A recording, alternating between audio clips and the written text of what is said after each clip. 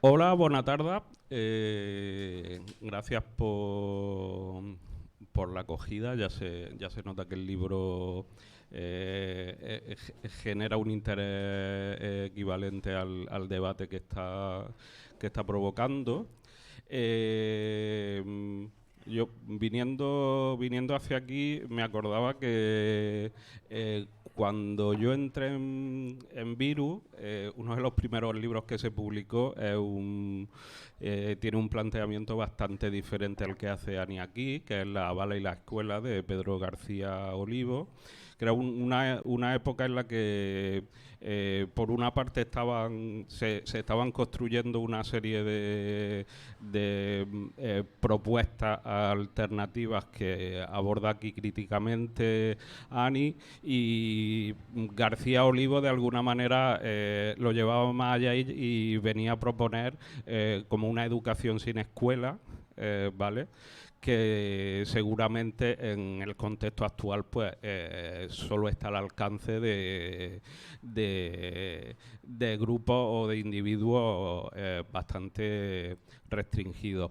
Ani plantea aquí como un terreno de juego diferente, pero no se limita, digamos, a criticar aquello que todo el mundo de alguna manera aplaudiría, ¿no? Como es ese capitalismo filantrópico y su aterrizaje en el terreno educativo, sino que también se mete en qué relaciones sociales se están construyendo y cómo, digamos, cualquiera de las personas que esté aquí puede estar participando según cómo y según las condiciones políticas de ese tipo de relaciones sociales. Así que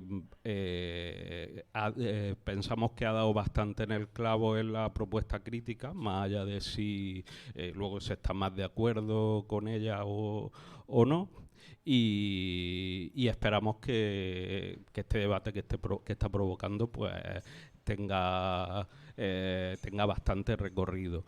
Ani es investigadora, militante y a día de hoy creo que podemos decir que una pensadora de la pedagogía radical, no sé si ella misma lo definiría así, y Marta es antropóloga y también investigadora, es coautora con Mar Trayero y con Genera del libro Puta República y Revolución, y justamente cuando estábamos trabajando el libro de Puta República y Revolución, casi a punto de publicarse, hablábamos con ella del libro de Ani y ella estaba bastante entusiasmada porque pensaba lo que ella llama la papilla pedagógica, luego lo considera uno de los problemas así más importantes, digamos, en el espacio de los movimientos sociales en cuanto a contradicciones, y por eso pensamos que era interesante que participara en la presentación. Entonces, ya les doy paso a ellas, que son las que tienen algo que decir. Y ¿Con este? Sí. Gracias, Miguel. Gracias a la editorial por acoger un proyecto de pensamiento y de escritura fundamental. Gracias, Ani, por el libro. Tengo que decir, para, digamos, matizar o añadir una cuestión más a la presentación de Miguel, que soy una antropóloga de mirada estrábica. Es decir, tengo siempre puesto un ojo en la educación. Entonces, de ahí también mi interés y mi pensamiento y mi escritura en los últimos tiempos a propósito de la papilla pedagógica, como dice Miguel. Yo quisiera señalar de forma necesariamente condensada algunos de los aspectos que me han parecido más relevantes del libro de Ani. Tengo que decir previamente que estamos recontentas, Ani, de tenerte aquí, porque tu libro, desde la publicación, yo diría que incluso antes, ha agitado espacios de pensamiento y de acción de personas que estamos involucradas o que, digamos, la cuestión educativa nos hace pregunta. Y entonces sí que de forma, insisto, breve, me gustaría resaltar para mí las partes más incandescentes del libro que tienen que ver con su valor político y con su valor pedagógico. Ambos, por supuesto, íntimamente relacionados.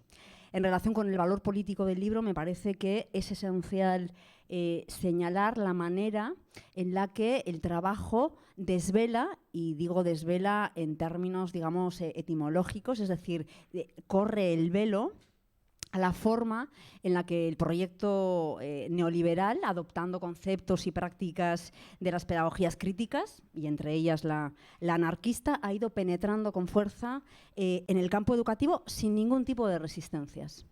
Y es en este sentido, me parece que el libro desenmascara de una forma pertinente y muy rigurosa esas trampas del discurso antijerárquico, antiautoritario, antitradicionalista, con toda la retórica que lo acompaña. Esa retórica siempre almibarada, siempre edulcorada de la no directividad, la innovación pedagógica, la gestión emocional, que suenan muy bien, pero hombre blanco hablar con lengua de serpiente.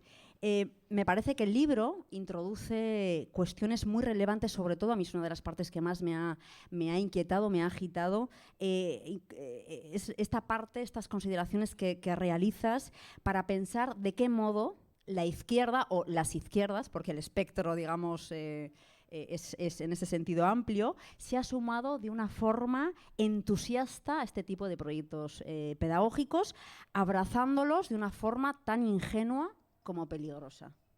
Y ahí, obviando, me parece, desde una posición completamente acrítica, obviando las maneras en las que hay un colaboracionismo tácito entre este tipo de proyectos o de propuestas pedagógicas y el proyecto neoliberal. En relación al valor pedagógico, íntimamente relacionado con el político, me parece que en primer lugar tenemos que destacar sin duda el abordaje que haces de los dilemas, de los aciertos y de las contradicciones de la pedagogía anarquista. Me parece que esa revisión es también rigurosa y muy pertinente. Pero a mí me gustaría subrayar especialmente una de las cuestiones que le dan al libro esa potencia y esa envergadura, que tiene que ver con restituir preguntas de primer orden pedagógico. ¿Qué es educar? ¿Cuál es la función de la escuela? ¿Y cuál es el papel de las profesoras y de los profesores? Y lo haces además para poner en el centro cuestiones tan importantes como los contenidos y como la cuestión de clase social. Sabemos, o al menos desde una corriente pedagógica o desde la corriente pedagógica a la que yo me adscribo, sabemos que no hay educación sin contenidos. No hay educación sin materia de estudio. Y en la enseñanza escolar la materia de estudio es siempre la cultura. Esos artilugios simbólicos, conceptuales, teóricos, que nos han permitido desde hace siglos pararnos a pensar. Y que han hecho que la escuela sea también un lugar para la emancipación. Me parece que encontramos en esas falsas alternativas, el título del libro es muy elocuente, encontramos en esas falsas alternativas un menosprecio importante precisamente al conocimiento y un ensalzamiento del imperio de las emociones, en el que las explicaciones psicologicistas vendrían a borrar toda referencia al origen social del alumnado. Y esto no hace más, y tú lo señalas también de forma muy acertada en el libro, ahonda todavía más en las desigualdades sociales.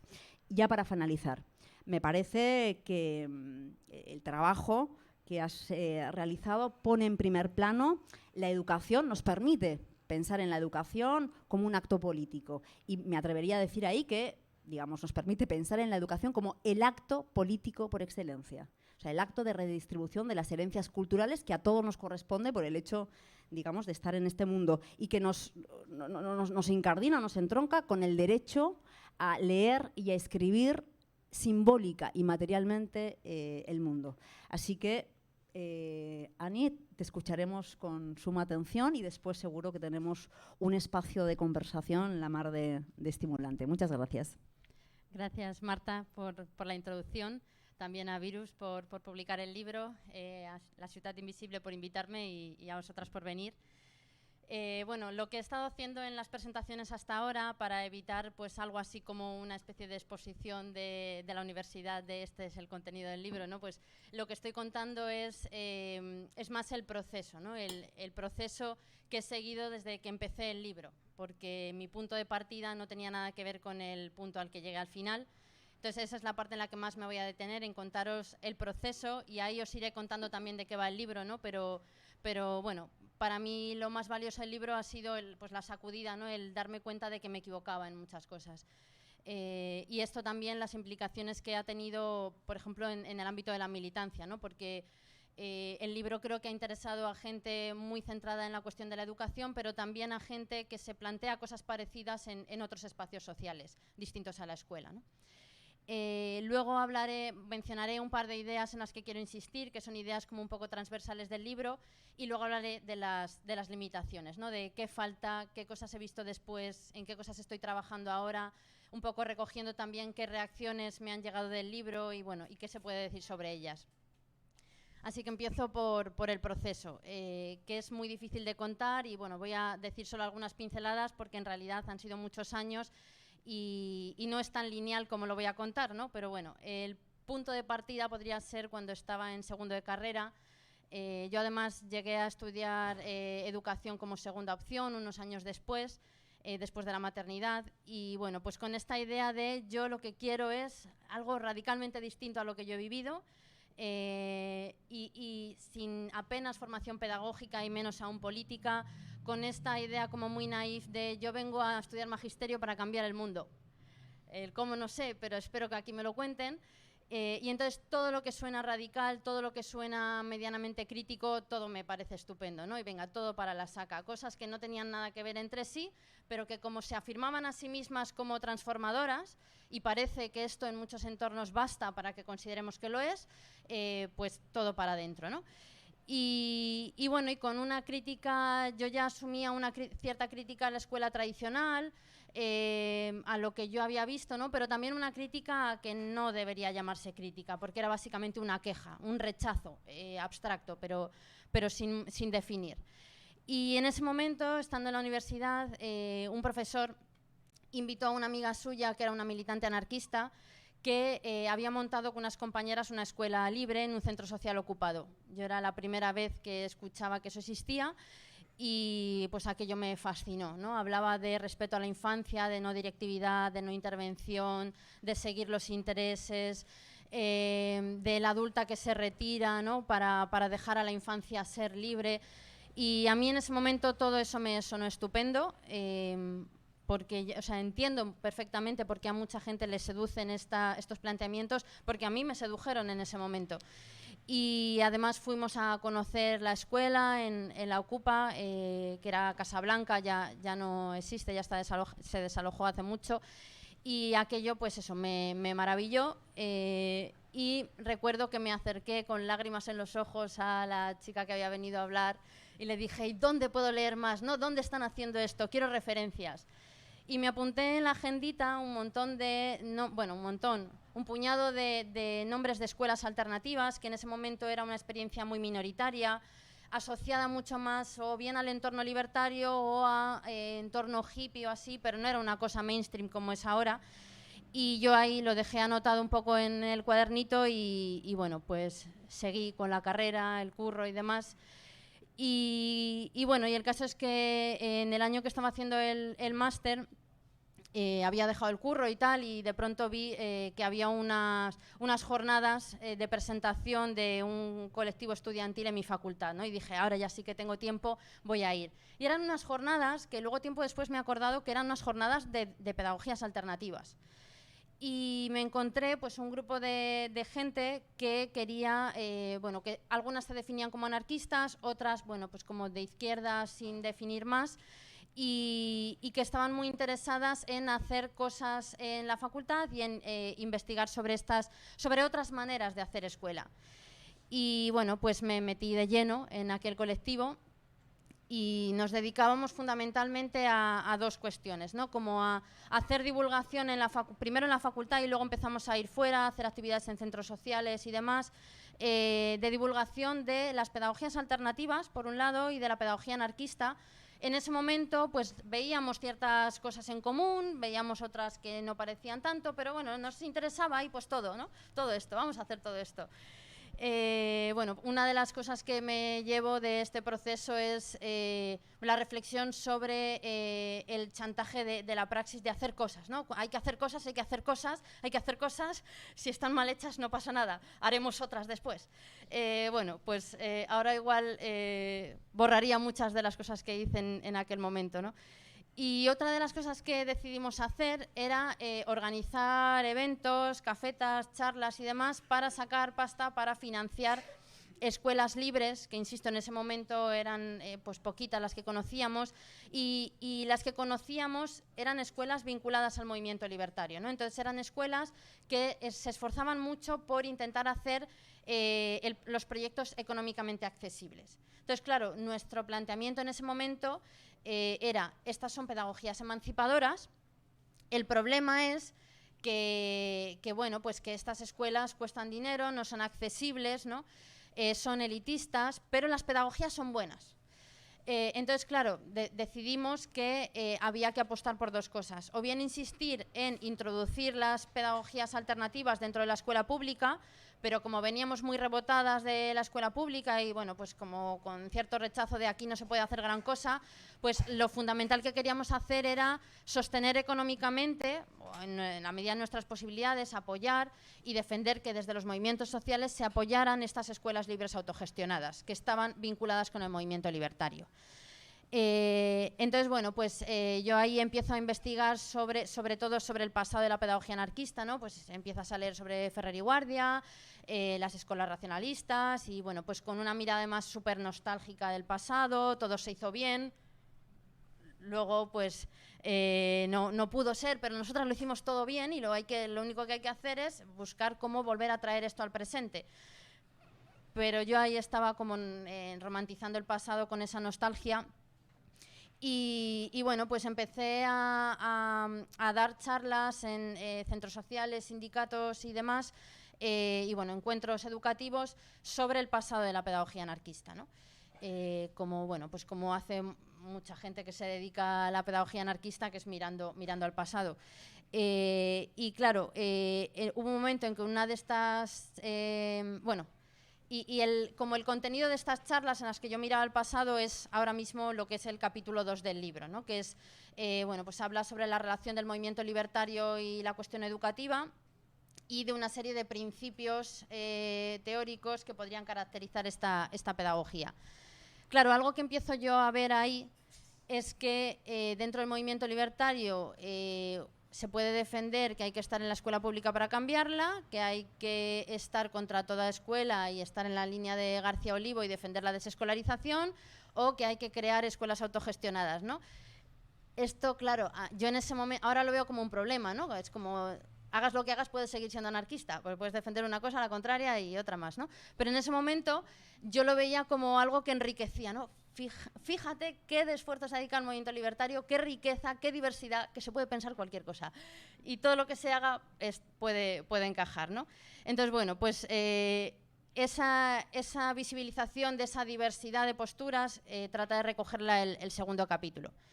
Y bueno, pues en un momento dado que estaba participando con gente de la Comisión de Pedagogía Libertaria de la CGT en Madrid, me proponen participar en una mesa redonda sobre los problemas actuales de la educación. Me dicen, así puedes hablar de lo que estás trabajando, ¿no?, en tu investigación. Y de pronto fue como, pero si estoy mirando al pasado, ¿qué tengo que decir yo? No. Y entonces me senté a pensar realmente qué es lo que me preocupaba de la educación actual, ¿no? Y entonces, bueno, pues lo que fue esa pequeña intervención en esa mesa redonda fue el germen de lo que ahora es el capítulo 1, que es un poco como un análisis de la situación actual, de ciertos problemas muy extendidos en educación. Uno de ellos es la cuestión de las fundaciones privadas, ¿no? No sé, creo que lo mencionaba Miguel, el del filantrocapitalismo en educación, de cómo hay fundaciones privadas con una apariencia así altruista que están dirigiendo las políticas públicas en materia educativa y que están vinculadas y representan los intereses de grandes corporaciones, incluso pues, bueno, entidades bancarias, ¿no? Y luego también ese capítulo también habla de los profes premiados y gurús, se llama algo así como y otros vendehumos en el libro, que son figuras que trabajan para estas fundaciones o que han sido aupadas por esas fundaciones, porque claro, en el ámbito educativo parece que si es un maestro el que te está diciendo algo, eso es uno de los nuestros, ¿no? Encaja mejor. Entonces, claro, ¿qué hacen muchas fundaciones? Generan un premio que parece que es de reconocimiento a la labor docente, premian a un docente como si, bueno, no, pues, bueno, simplemente es un buen maestro, ¿no? Aquí hablo en masculino porque es muy habitual que los que saltan luego a los medios sean muchos hombres. Ahora han cambiado algunos, pero bueno, el caso principal, el primero que saltó a los medios así en todas partes fue el caso de César Bona, ¿no? Entonces, claro, pues yo, por ejemplo, ahí estaba dando clase en la universidad y veía que mis estudiantes que estaban en tercero de carrera de magisterio primaria, todas, menos una que un año venía de Argentina, todas conocían a César Bona, muchas tenían el libro porque se lo habían regalado sus familiares, amistades y demás, pero, por ejemplo, nadie en esos años había oído hablar de lo que eran los movimientos de renovación pedagógica.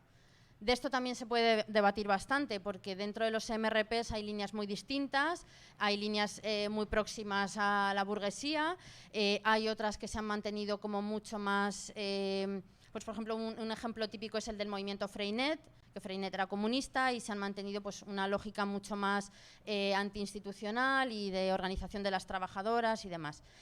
Y bueno, pues esto es otra de las cosas de las que habla el libro. También del énfasis que hay hoy en las metodologías, cómo se nos dice que lo que necesita la escuela hoy es cambiar los métodos y cómo esto desplaza las reflexiones sobre los contenidos, como decía Marta, o sobre los fines de la educación, ¿no? Cómo parece que lo que hace falta es encontrar la receta perfecta. Y esto podríamos pensar que el auge de las escuelas alternativas tiene que ver con esto, ¿no? Como una propuesta ya dada, que se nos vende como ya transformadora, que solamente tienes que aplicar, no tienes que pensar en tu contexto, sino es así. Además, si vais a formaciones de escuelas alternativas o jornadas de puertas abiertas, en mi escuela lo hacemos así, ¿no? Y usamos estos materiales. Y entonces, pues tú haces esa formación, compras esos materiales y montas tu escuela. Entonces, bueno, es esta línea de la búsqueda de recetas, ¿no? De la renuncia a pensar por nosotras mismas. Luego, como decía Marta también, el primer capítulo habla del énfasis en lo emocional, que es un tema bastante delicado porque es de estos que parece que cualquier crítica que pongas sobre la mesa parece que de primeras te coloca como una enemiga de la infancia, ¿no? Como que no te importa cómo se sientan, cuando es precisamente lo contrario, ¿no? Cuando se puede criticar la educación emocional como una forma de represión emocional o de complicidad con la opresión. Y bueno, en otras presentaciones ha salido el tema de la educación emocional, entonces si a alguien le interesa lo podemos sacar ahí porque es un tema como para desarrollar, ¿no? Y tampoco me quiero extender demasiado en esta introducción primera. Luego también habla del tema de las escuelas libres, pero ya como de estas escuelas libres claramente elitistas que en ese momento empecé a ver, ¿no? En medios de comunicación, porque claro, las primeras eran unas como menos sospechosas, ¿no? Pero de pronto, bueno, pues ahora por ejemplo Elon Musk estaba montando una escuela alternativa, no sé en qué situación está, pero o sea, ahora gente de la que claramente sospechamos está montando escuelas alternativas y entonces, bueno, pues de eso también habla el primer capítulo y luego de la cuestión de la libertad de elección de centro y de cómo esto favorece la segregación escolar. Porque yo me encontraba en espacios de educación alternativa, familias que defendían su derecho a poder elegir la educación que quisieran para sus hijos. Muchas veces incluso disfrazando esto como una crítica al Estado, ¿no? Que el Estado no educa a mis hijos, los quiero educar yo. Claro, esto por ejemplo es lo mismo que dicen en Estados Unidos quienes deciden educar en casa para que sus hijos no se junten con quienes no quieren que se junten, para educar en fundamentalismo religioso, etc. Y bueno, pues en ese momento en que yo ya había visto que, bueno, que había gente haciendo cosas chungas con las pedagogías alternativas. Entonces, ¿qué decido? Que lo que voy a hacer en la tesis es tratar de diferenciar la parte buena de la parte mala. o las buenas escuelas alternativas o las buenas escuelas libres, que la mayoría de las escuelas alternativas utilizan más estas etiquetas de libre, activas, vivas, vivenciales, de las malas, ¿no? Y básicamente en ese momento, pues como yo ya había ido conociendo a gente dentro de la educación libre, pues las buenas eran las de mis amigas y las malas las del resto. O las de las que nunca serían mis amigas, porque es verdad que yo asumía que podía hacer más amigas con el tiempo. La publicación de la tesis ha ido en sentido contrario. Entonces, en ese momento empiezo a ver ciertas críticas a algunas escuelas libres, ¿no? Por ejemplo, el tema de la no directividad, yo enseguida empiezo a ver problemas, ¿no? A ver que eso de alguna manera me parecía que reproducía desigualdades sociales. Pero ahí tenía todo como un batiburrillo, no sabía muy bien qué iba a hacer y entonces dije, ¿cómo voy a poder diferenciar las buenas de las malas? Pues voy a proponerle a mis amigas entrevistarlas. No hagáis nunca eso para una tesis. Bueno, pues entrevisté a mis amigas, amigas y conocidas, a gente, bueno, pues que estaba en escuelas libres, como familias o como acompañantes. Y bueno, yo hice las entrevistas feliz de la vida, las terminé idealizando los proyectos, todo era maravilloso, las transcribí y las dejé estar. Y dije, bueno, pues voy a pensar a ver sobre qué temas tengo que trabajar, ¿no? Para luego volver a analizar las entrevistas. Y dije, bueno, pues había estado comprando un montón de libros de segunda mano de pedagogía, sobre todo de distintas pedagogías socialistas, también de pedagogía marxista, por ejemplo, que era algo que en ese momento desconocía. Y eran sobre todo libros de los 70, 80, ya descatalogados, y entonces me siento a leer. Y bueno, pues encuentro críticas muy potentes a cosas que hasta ese momento solo pues intuía o planteaba de una forma menos precisa. Y claro, en ese momento yo ahí todavía decía, esto me va a permitir defender las escuelas de mis amigas y criticar al resto, porque yo ahora cuando vaya a las entrevistas voy a ver claramente que se distancian de esto que se plantea.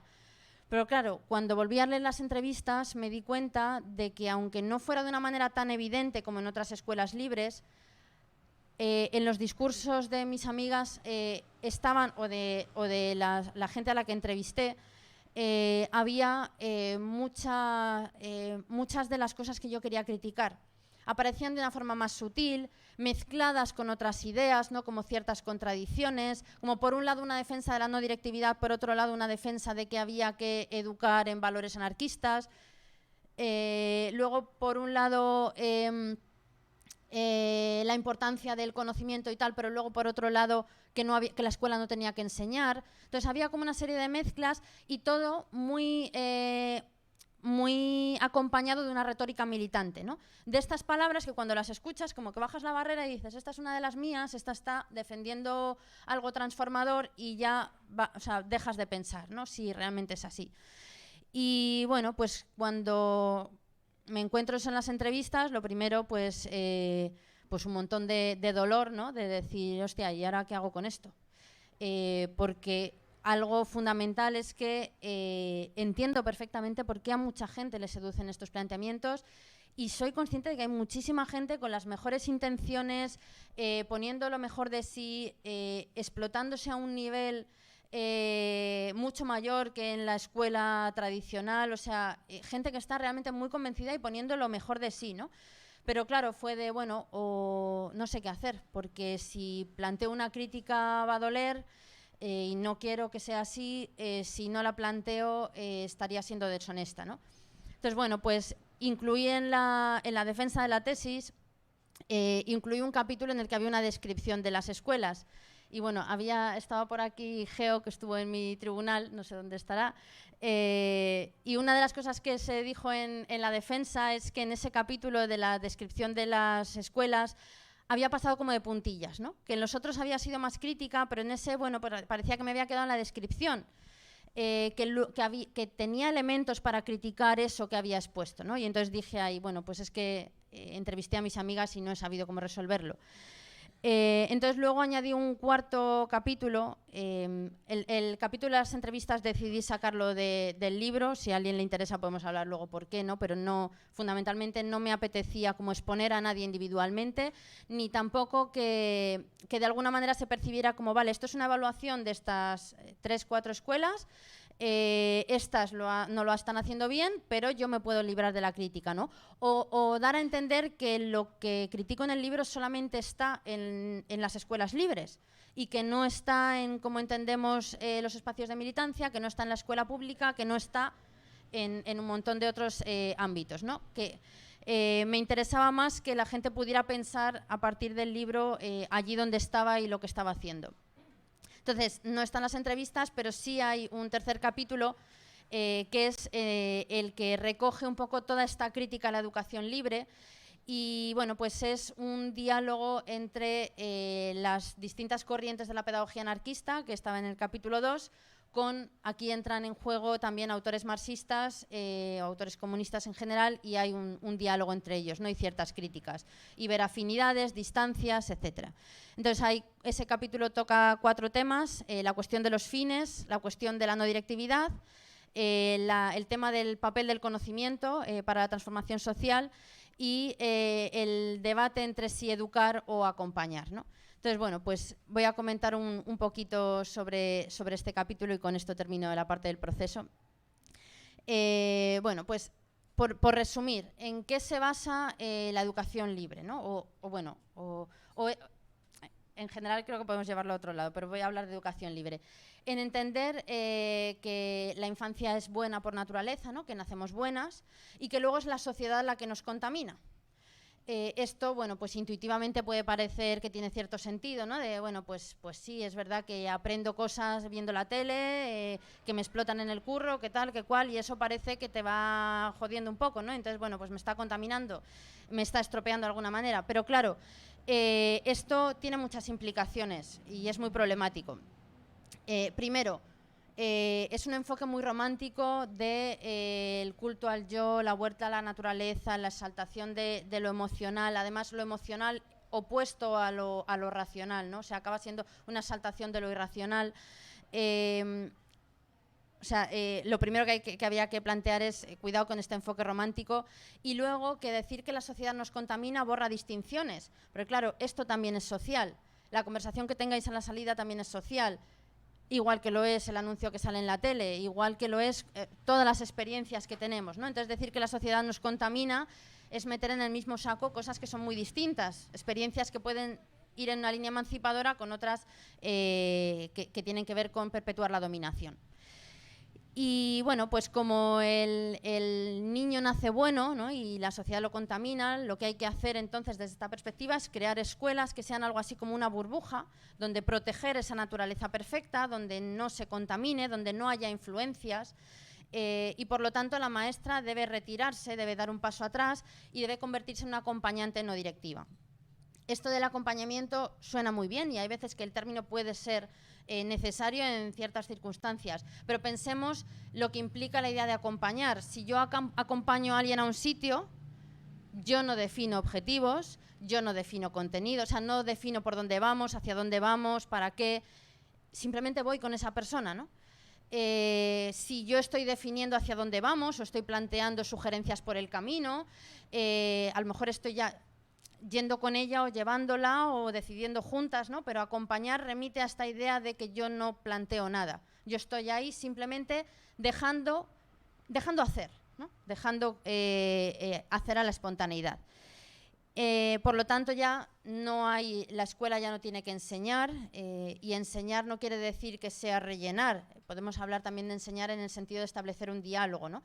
Ya no se trata de establecer un diálogo, sino de qué se trata cuando hablamos de acompañamiento, de sacar lo que ya estaba dentro. O sea, hablar de acompañamiento remite a entender la educación, aunque ya no se hablaría de educación, como un proceso que ya no es un diálogo, sino es un proceso que va de dentro hacia afuera. Y claro, si va de dentro hacia afuera, esto significa, por ejemplo, que los intereses están ya predefinidos, ¿no? Las inquietudes que tú tienes, los intereses, tus deseos. Entonces, claro, o sea, esto va todo relacionado. en la escuela libre se dice que lo que hay que hacer es seguir los intereses de la infancia, ¿no? Si a esta le interesa leer, que lea. Si a esta no le interesa, que no lea, ¿no? Claro, esto a lo que conduce, si no observamos que esos intereses están socialmente mediados, que tienen que ver con la clase, el género, la familia, etcétera, pues claro, lo que estamos haciendo es entender como natural algo que es social. Y si además entendemos que lo natural, en este contexto, lo natural, el romanticismo y tal, lo natural es bueno, lo natural no hay que tocarlo, pues estamos diciendo que no hay que tocar esas desigualdades que son sociales, ¿no? Y claro, lo que hacemos es creer que el interés que tiene una niña a la que le leen en casa, que tiene cuentos en casa, que su familia tiene expectativas sobre su aprendizaje, que su interés no es algo social, no tiene que ver con su contexto, sino que tiene que ver con su propia naturaleza individual. Fijaos que esto significa decir que no hay diferencias de clase, que solo hay diferencias puramente individuales, ¿no? Por lo tanto, tampoco podemos incidir desde esta perspectiva. Y os voy a poner algún ejemplo para que se vea cosas que ocurren en escuelas no directivas. Este es un ejemplo de una escuela antiautoritaria que hubo en Alemania en los años 60-70. Fue una experiencia de educación antiautoritaria por la que se permitió a algunos docentes pues ensayar experimentos un poco dentro de la escuela pública. Y bueno, pues en muchas de las escuelas lo que se hizo es decidir que todo iba a decidirse por medio de la asamblea del alumnado sin participación de las adultas. Porque claro, se entiende que es la adulta el problema, ¿no? La principal opresión es la de la edad, se borran o se difuminan otras opresiones, entonces si la adulta se retira ya se instaura la armonía. Y entonces claro, la asamblea iba a tomar una decisión estupenda. En esta escuela antiautoritaria, ¿qué decidió la asamblea que era la mejor manera de resolver los problemas que estaban teniendo de conflictos y de broncas dentro de la escuela? Decidieron otorgar poderes policiales a algunos alumnos. ¿Qué es lo que hizo la asamblea? Básicamente reproducir el orden social que conocía, decir, si esto es lo que funciona fuera, pues vamos a traerlo dentro, ¿no? Claro, aquí podemos pensar el papel que puede tener una adulta o una peque o quien sea que intervenga desde el conocimiento de lo que es la policía, de a qué intereses sirve, planteando eso en esa asamblea, ¿no? O, por ejemplo, imaginemos en un caso de acoso escolar, que planteemos que la adulta es la autoritaria, la que se tiene que retirar, pensemos las implicaciones que tiene esto en casos de bullying, ¿no? Y pongo otro ejemplo, que es de una escuela libre en la que curraban anarquistas, ¿no? Y me lo contaban. Una peque tiene un rotulador y viene otra, se lo arrebata de las manos, lo abre y a la primera que lo tenía le da la tapa y ella se queda la parte que pinta y le dice, ¿vale? ¿Vale que tú te quedas eso y yo me quedo esto?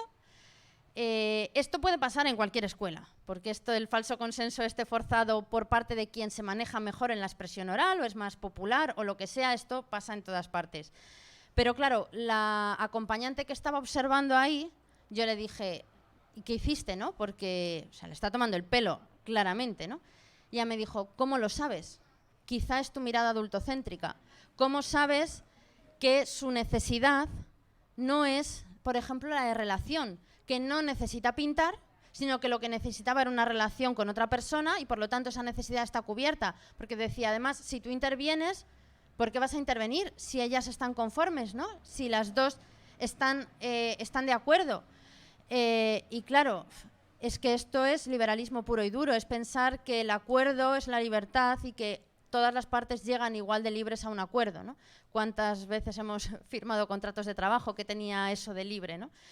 Y esto, fijaos cómo conduce a una indefensión aprendida, ¿no? A que a ti te están tomando el pelo, pero no te ves como con la capacidad de plantearlo, lo aceptas y la persona que sabes que es responsable en el espacio está mirando sin hacer nada, ¿no? Es una especie de forma de luz de gas.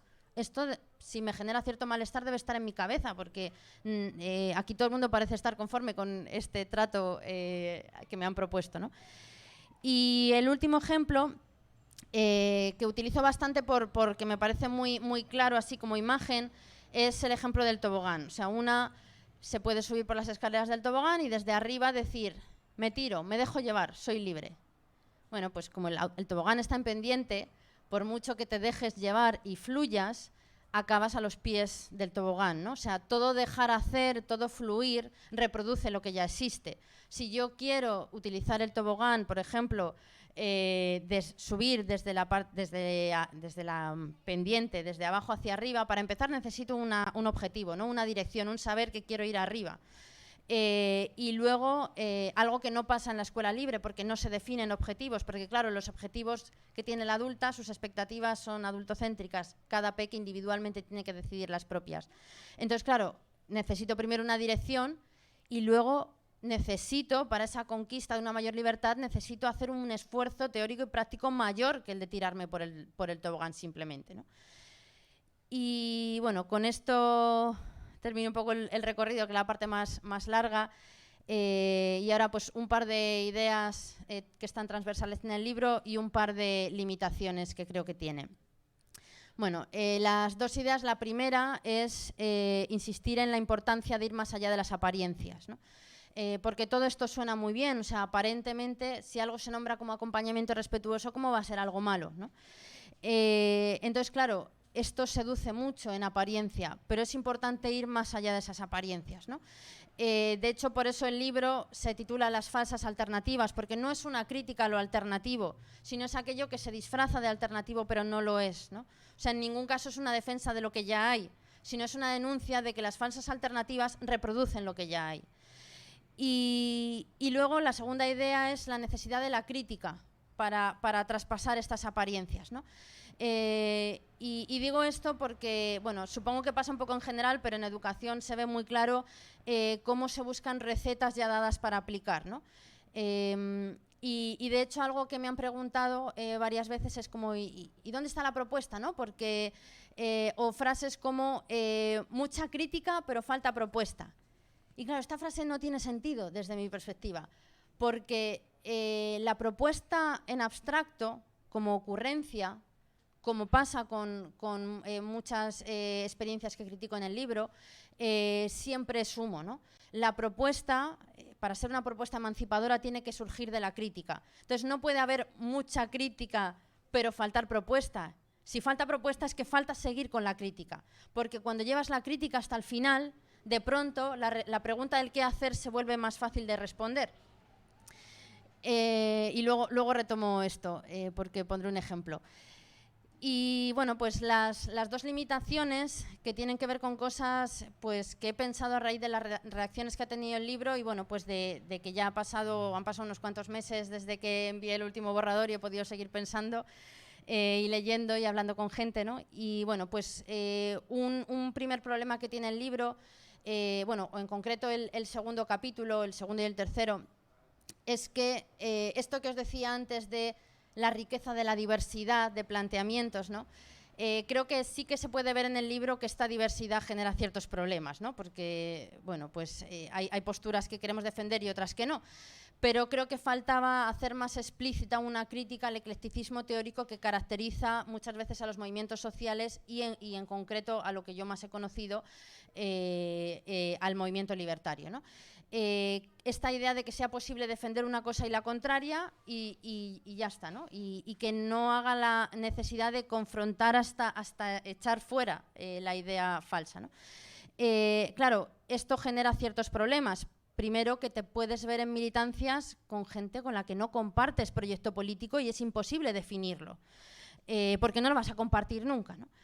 Y segundo, porque claro, las posturas que yo presento dentro del movimiento libertario tampoco aparecen nunca puras, ¿no? No encuentras al defensor de la no directividad puro sin fisuras y al defensor de la intervención puro sin fisuras, sino que hay ciertas ideas que atraviesan el movimiento libertario y que permean y que, bueno, pues es fácil escucharlas en cualquier sitio y que hay que criticarlas. Una de ellas es, por ejemplo, esta idea de la bondad innata del ser humano, que no siempre se habla de bondad, porque a veces hablar de lo bueno y lo malo no está tan bien visto, pero, por ejemplo, se habla de una tendencia del ser humano a la cooperación, una tendencia natural, ¿no? Y esto es otra forma de esencialismo también. Y pongo un ejemplo de esto. Hay mucha gente que me ha dicho, bueno, pero no es posible coger un poco de la no directividad y un poco de la intervención, ¿no? No es posible decir soy no directiva, pero voy a intervenir a veces, ¿no? Y claro, esto para empezar parte de una confusión, y es que la no directividad no es un influir flojito o un intervenir flojito, ¿no? O sea, la no directividad no es cambiar la ficha obligatoria de lecturas que hacíamos de pequeñas por una recomendación personalizada de un libro. Si tú recomiendas a alguien un libro con una intención pedagógica, que crees que le va a servir para aprender ciertas cosas, con una serie de contenidos, ahí ya no hay no directividad. O sea, ahí ya hay intervención. Porque, claro, defender la intervención no es defender que siempre tenga que ser igual. Y claro, porque la no directividad que ha llegado a nuestros días más extendida bebe de Carl Rogers, y Carl Rogers lo que planteaba era la aceptación incondicional, el no juicio, ¿no? Entonces, bueno, pues eso para empezar. No es un defender que hay que influir flojito, sino es defender que no hay que influir. Entonces, claro, para empezar es muy contradictorio decir, bueno, yo defiendo que no hay que influir porque influir es autoritario, pero a veces voy a influir un poco. Y fijaos esto lo que implica. Implica decir que lo deseable es no influir, pero que a veces, en según qué casos, es legítimo hacer algo que no es deseable. Fijaos que esta contradicción acaba siendo una forma de legitimar el autoritarismo en ciertos casos. Es como esto no es deseable, pero en algunos casos hace falta. Y claro, cuando luego empiezas a preguntar en qué casos hace falta, en qué casos hay que intervenir, resulta que hay que intervenir con las niñas para que tomen el turno de palabra, que hay que intervenir con las peques discas porque necesitan más intervención, que hay que intervenir con la chavalada de clase obrera porque no tiene ciertos intereses que se esperan, ¿no? Entonces, claro, resulta que decir que hay que ser no directivas pero intervenir a veces es legitimar el autoritarismo contra los más oprimidos. O sea, a esto es a lo que lleva, ¿no? Y es jodido. Entonces, bueno, pues algo que no creo que no está tan explícito en el libro y que ha sido un poco, bueno, pues un recorrido de los meses posteriores es darme cuenta hasta qué punto el libro también me ha desplazado a no reconocerme en el marco del anarquismo, ¿no? Lo que no quiere decir que no haya muchas compañeras y muchas prácticas con las que sigo coincidiendo, ¿no? Precisamente porque dentro del movimiento libertario hay diversidad de prácticas, ¿no? Entonces, bueno, pues sigo en un centro social ocupado con compañeras anarquistas, otras que no lo son, pero bueno, me ha desplazado a no reconocerme dentro de ese marco, ¿no? Y a ir cada vez más en una línea más de formación más marxista. Y luego la segunda limitación, y esta es la que más me preocupa y con esta termino, es que, claro, como yo empecé el libro como ya teniendo clara una crítica al Estado, a la escuela tradicional, muy panfletaria, ¿no? Que no tenía, en el peor sentido del término, no la tenía muy desarrollada, pero bueno, tenía ya esa crítica que daba por sentado. Entonces, claro, como yo pensaba que iba a defender parte de las alternativas, pues claro, algo de lo que me he dado cuenta es que cuando ha salido el libro ha habido gente crítica con las alternativas que ha pensado que yo estaba en su mismo barco, ¿no?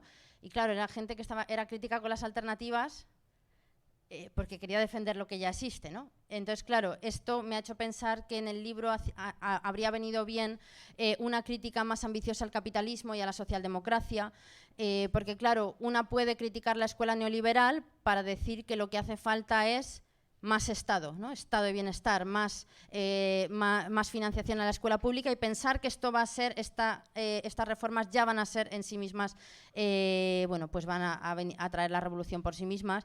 Entonces, claro, pues ha habido gente que le ha gustado el libro, que luego resulta pues que defiende cosas, aunque yo creo que a lo mejor no lo han leído detenidamente, como una nostalgia de la escuela tradicional, ciertas prácticas autoritarias, pues eso, estado de bienestar, cultura del esfuerzo, meritocracia, etcétera, ¿no? Pero que en ningún caso quieren acabar con una sociedad de clases.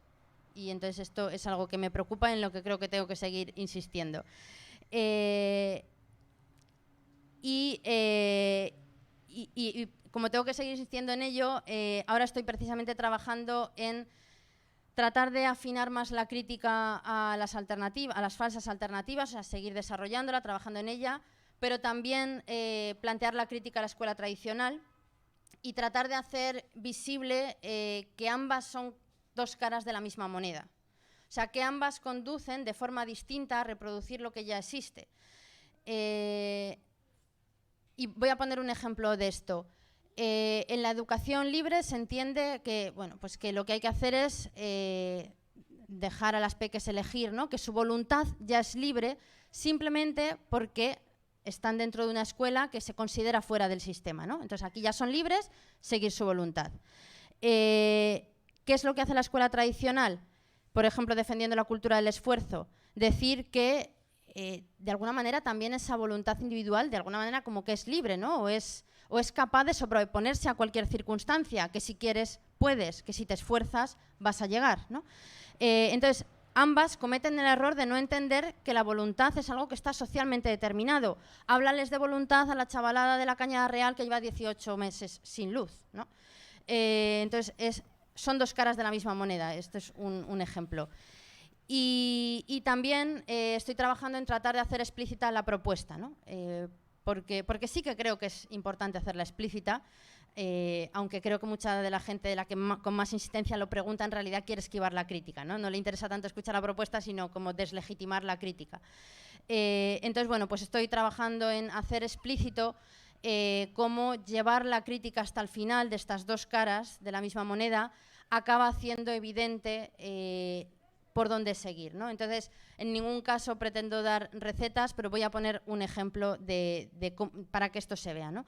En la escuela tradicional, en la cuestión del autoritarismo, se hace como una afirmación del autoritarismo, ¿no? Como para un fin deseable es legítimo el autoritarismo, ¿no? Defendemos esta posibilidad. En general no van a decir autoritarismo, no lo van a decir tan claramente, pero están defendiendo posturas autoritarias. ¿Qué es lo que dice la falsa alternativa? La falsa alternativa no afirma el autoritarismo, sino lo que hace es una negación abstracta. O sea, es un radicalismo vacío, es un decir, aquí ya somos libres, aquí no hay autoridad, esto es antiautoritario, ¿no? Claro, fijaos en una asamblea, por ejemplo, o sea, bueno, para empezar, en la escuela tradicional no hay asamblea, hablas tú y sois los que mejor me caéis. O los que más traéis los deberes hechos, por lo tanto, los más favorecidos. En la escuela libre se dirá que en la asamblea, pues lo que salga es una asamblea no directiva, no se interviene, tal, pues por ejemplo, las niñas seguirán interviniendo menos, aquellos que se expresan verbalmente mejor, y esto tiene que ver con una cuestión de clase también, acabarán presentando sus propuestas que serán aceptadas como si fueran las mejores y no como si fueran las de los más favorecidos. ¿Y cómo sería una negación determinada? O sea, decía que esto es una negación abstracta, ¿no? ¿Cómo sería una negación determinada? O sea, una negación concreta. Sería, por ejemplo, entender, en el caso de la cuestión de género, observar que las niñas, cuando pueden tener un tiempo previo para prepararse su intervención, intervienen más fácilmente. Entonces, que si se va a tomar una decisión sobre algo importante, plantear que se va a decidir esto al día siguiente, da a las niñas un tiempo para poder pensarlo, incluso para hablarlo entre ellas, para reafirmarse en su postura si necesitan hablarlo en pequeño grupo, de manera que cuando llega el momento de la decisión están en mejores condiciones para participar. Esto es un ejemplo muy pequeño y ninguna medida de esta es parcial, ni ninguna lucha que pase solo por la escuela va a ser revolucionaria. Pero es un ejemplo de cómo pensar el qué hacer a partir de la crítica tanto de esa afirmación que hace la escuela tradicional como de la negación abstracta de la falsa alternativa. Y bueno, con esto termino, que me extendí un montón. Muchas gracias.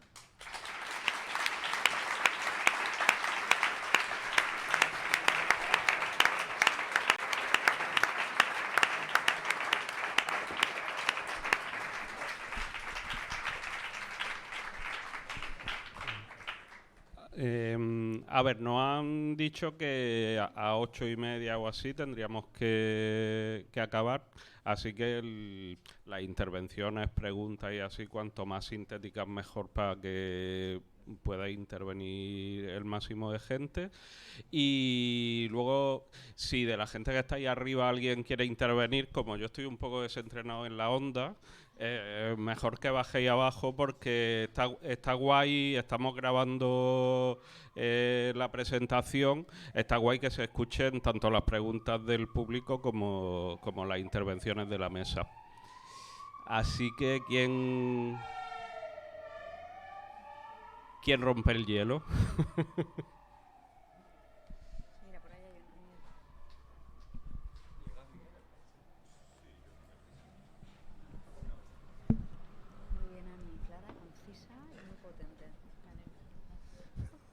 Hola, muchas gracias. Yo quería preguntar, bueno, que pues, en Cataluña tenemos en la escuela pública auténticos enemigos como Jordi Mateu, la Escuela Viva, el CAIEP, la Fundació Bofill, la Caixa o la UNESCO, Eduard Batllori, y a ver cómo los echamos a esta gente de la escuela pública.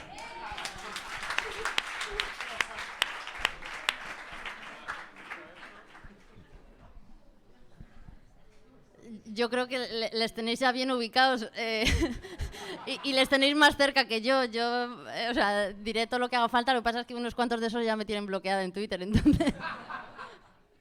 Pero bueno, yo lo que se puede ayudar...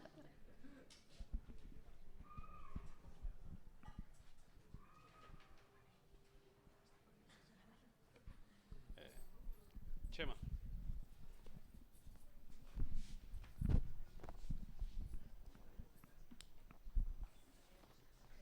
Bueno, a mí me ha venido a la cabeza un autor que leí hace años que se llama Carlos Lerena, en Reprimir y Liberar, un libro que creo que es fundamental, y hablaba de la escuela como la tabla de multiplicar las divisiones sociales. Es decir, la escuela es el lugar de enclasamiento y desclasamiento. Las soluciones en la escuela no están en la escuela, están fuera de la escuela. La escuela continuamente, la pública, etcétera, está buscando y está creando lenguajes que realmente están favoreciendo, como yo lo veo, un tipo de nueva opresión. Es decir, hemos pasado de una escuela autoritaria a una escuela de gestión blanda, donde, por ejemplo, hay toda una verborrea que está filtrándose de empoderamiento, de no directividad. ¿Y qué haces con los críos malos?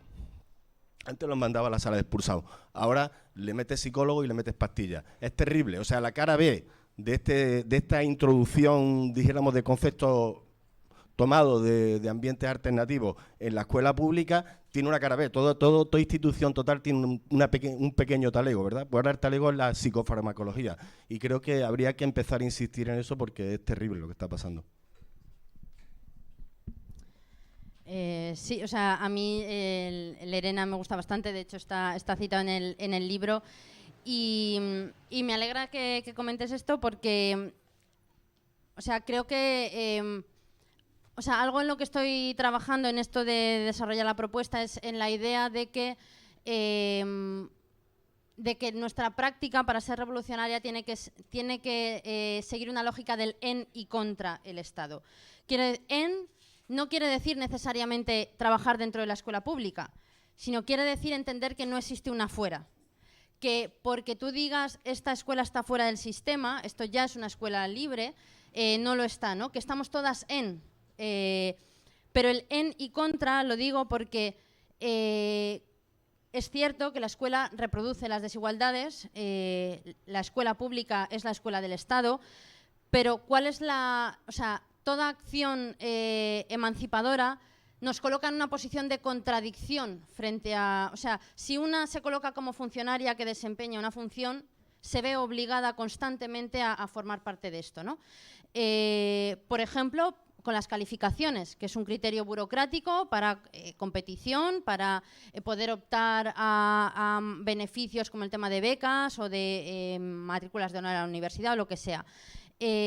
Ahora, por ejemplo, una profesora en la universidad que rechaza pasar las hojas de lista, las hojas de asistencia obligatoria, o que desobedece un criterio que está considerando que es injusto, o que, por ejemplo, flexibiliza las fechas de entrega cuando sabe que hay, o sea, es que claro, todos los ejemplos así sin ligar a un contexto muy concreto, pero una puede desobedecer ciertas cosas, ¿no? Y esto es necesario, o sea, es peligroso pensar que por hacer bien nuestro trabajo dentro de la escuela pública o dentro de la universidad pública esto va a ser revolucionario, ¿no? Porque la escuela es una maquinaria que nos empuja a esto, ¿no?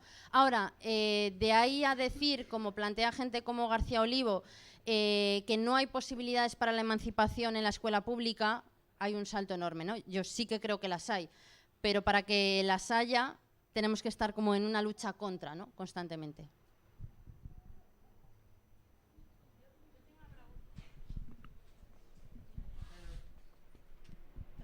Hola, gracias por el libro y gracias a la primera intervención, que estoy muy de acuerdo. Estoy un poco nerviosa, pero digo, venga, voy a bajar, que soy una chica y voy a dar un poco de voz. A tope. quería preguntarte qué opinas tú de la formación de los maestros y maestras, porque yo he acabado la carrera hace poco, bueno, ya soy maestra, pero creo que es uno de los grandes problemas de la educación y creo que está muy relacionado en cómo ven los futuros maestros la educación y que es una manera fácil de cómo entra todo este ideario dentro de la escuela. Y que, bueno, no qué podemos hacer, ya sería como una receta, pero creo que es un punto interesante a tener en cuenta. ¿Y qué opinas al respecto? Gracias. Sí, o sea, ahí hay muchísimo que hacer porque, o sea, mi experiencia, que puede no ser la de todas, pero mi experiencia es que buena parte de la gente que viene a magisterio en los primeros años viene con muchas de estas ideas que critico en el libro muy establecidas, ¿no? Y lo que yo me he encontrado es que entre el profesorado universitario también hay mucha gente muy partidaria de esto, ¿no? Y bueno, es que mi experiencia en la universidad ha sido bastante mala. Tanto como estudiante muy mala, como trabajadora fue peor incluso. Entonces mi formación sobre todo ha sido posterior en los años de doctorado y muy vinculada a la militancia, ¿no? Pero o sea, creo que hay mucho que hacer.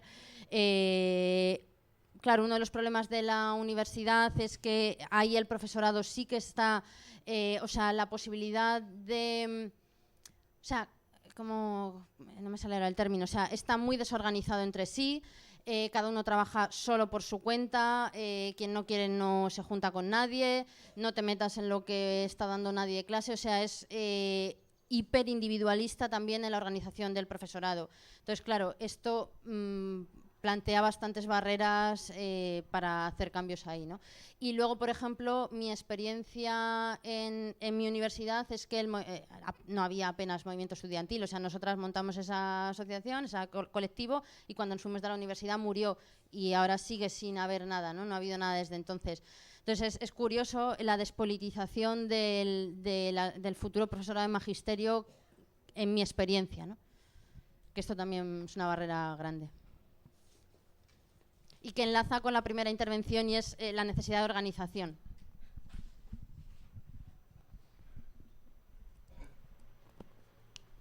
Hola.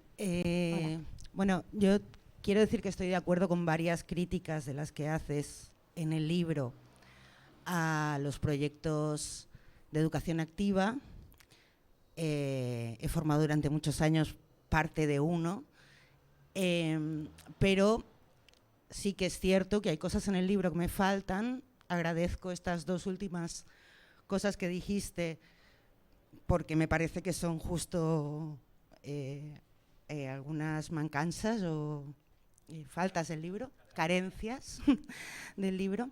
Pero te quería preguntar, en la intervención anterior has dicho que si considerabas que no estabas de acuerdo, o sea que de García Olivo disentías de alguna forma en el hecho de que él no le da ninguna capacidad emancipatoria a la escuela y que tú, sin embargo, sí que consideras que la escuela pública puede tener algún tipo de capacidad emancipatoria. Yo te digo, ¿por qué le niegas esa posibilidad a los proyectos que intentan ser libertarios? Y en todo caso también quiero decir que hay muchos proyectos que intentan ser libertarios, pero como la falta de claridad de la gente que se suma a los proyectos es notoria muchas veces, les dificulta tener un proyecto claro. Y esa fue una de las luchas que tuvimos en el proyecto en el que participé durante muchísimos años, por ejemplo. Gracias. Sí, esto último que comentabas pasa mucho, sobre todo en escuelas libres que surgen de familias, ¿no? De iniciativa de familias. O en las que las familias tienen mucho margen de decisión, porque claro, llegan muchas familias rebotadas de la escuela tradicional que han oído cosas, ¿no? Y algo les interesa y tal, pero claro, muchas veces hay, más en el tema de las familias, hay más diversidad entre lo que están buscando, ¿no? Y mi experiencia es que en los proyectos que han surgido de familias suelen ser mucho menos sostenibles a largo plazo porque acaban quebrando por conflictos internos o acaban funcionando como una empresa en la que se contrata, o sea, como muy jerárquica con su equipo directivo, directrices sin ningún margen, o sea, se acaba eliminando la posibilidad de decisión para que el proyecto no oscile tanto, ¿no? Vale, entonces, yo no es tanto que diría que la escuela pública tiene capacidad transformadora, sino que ahí hay posibilidades. Pero hay posibilidades siempre que nuestra praxis sea la correcta, ¿no? Entonces, esto me lo llevo al tema de la escuela libre. Creo que en una escuela libre, en una escuela popular, en una escuela autogestionada, hay también posibilidades para la emancipación, siempre y cuando la praxis sea la correcta. Entonces, la crítica en el libro no es tanto a su carácter autogestionado, o al no ser una escuela pública estatal. La crítica es, o al menos la crítica que para mí más me trasladó es la parte de la crítica pedagógica. Es decir, para que pueda haber posibilidades para la emancipación en una escuela autogestionada, cosas como la no directividad hay que rechazarlas. O sea, esa es mi postura. O sea, no es ahí no hay nada que hacer, sino en todas partes hay cosas que hacer, pero tienen que estar atinadas, ¿no? Y sobre el tema de García Olivo, claro, es que García Olivo, mi crítica hacia él no es tanto que él diga que la escuela reproduce desigualdades, que la reproduce, o que diga que fuera de la escuela hay muchas posibilidades, que las hay, sino que él es un férreo defensor de la no directividad. Y de hecho, en una conversación con él, en un debate, o sea, participamos en una misma jornada. Y entonces en el debate posterior, después de mi charla y de la suya, hubo como un enfrentamiento muy claro. Bueno, muy cordial porque es un tipo muy amable, eso de decir, pero muy, muy enfrentado. Y él, una de las cosas que él me dijo es que no era legítimo pretender influir en las subjetividades del resto. Y yo le dije, ¿y qué hacemos con las subjetividades de los machistas, por ejemplo?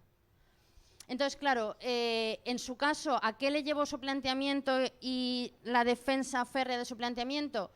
A renunciar a su plaza en la escuela, en el instituto público y a irse al monte a pastorear cabras. Porque si consideras que no es legítimo influir en las subjetividades del resto, acabas cada vez yéndote más lejos hasta un lugar donde estés lo más fuera de todo sin posibilidad de contaminar a otros, ¿no? Entonces, mi crítica a Pedro García Olivo va más por ahí, por ser un poco más precisa que antes.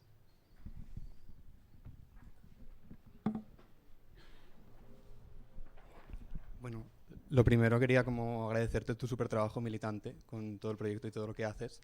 Y un poco para rebotar de una preocupación mía, es la de que quizá a veces a nivel de militancia puede ser problemático como confrontar la crítica con las buenas intenciones, ¿no?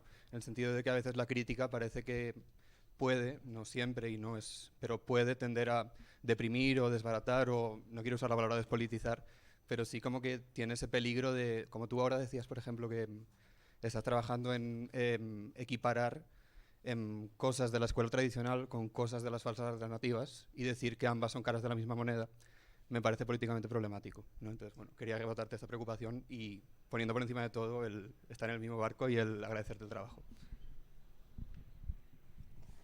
Bueno, cuando lo escriba y empiece a sacar, si quieres, tengo los DMs abiertos en Twitter, si quieres comentarme, sí.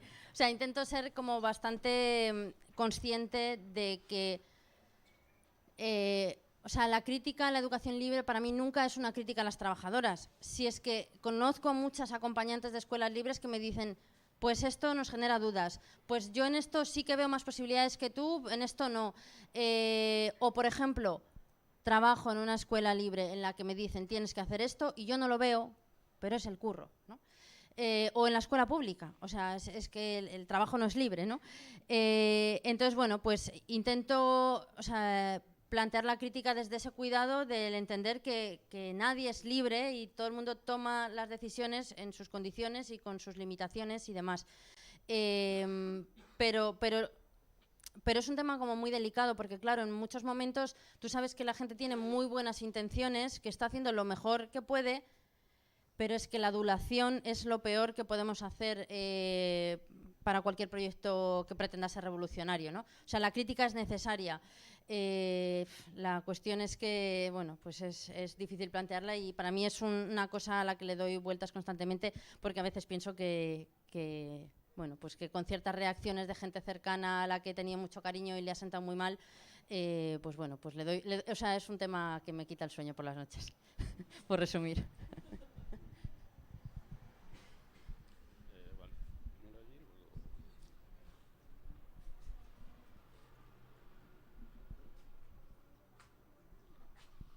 Hola, bones. Hola. Perdoneu, que us tapo.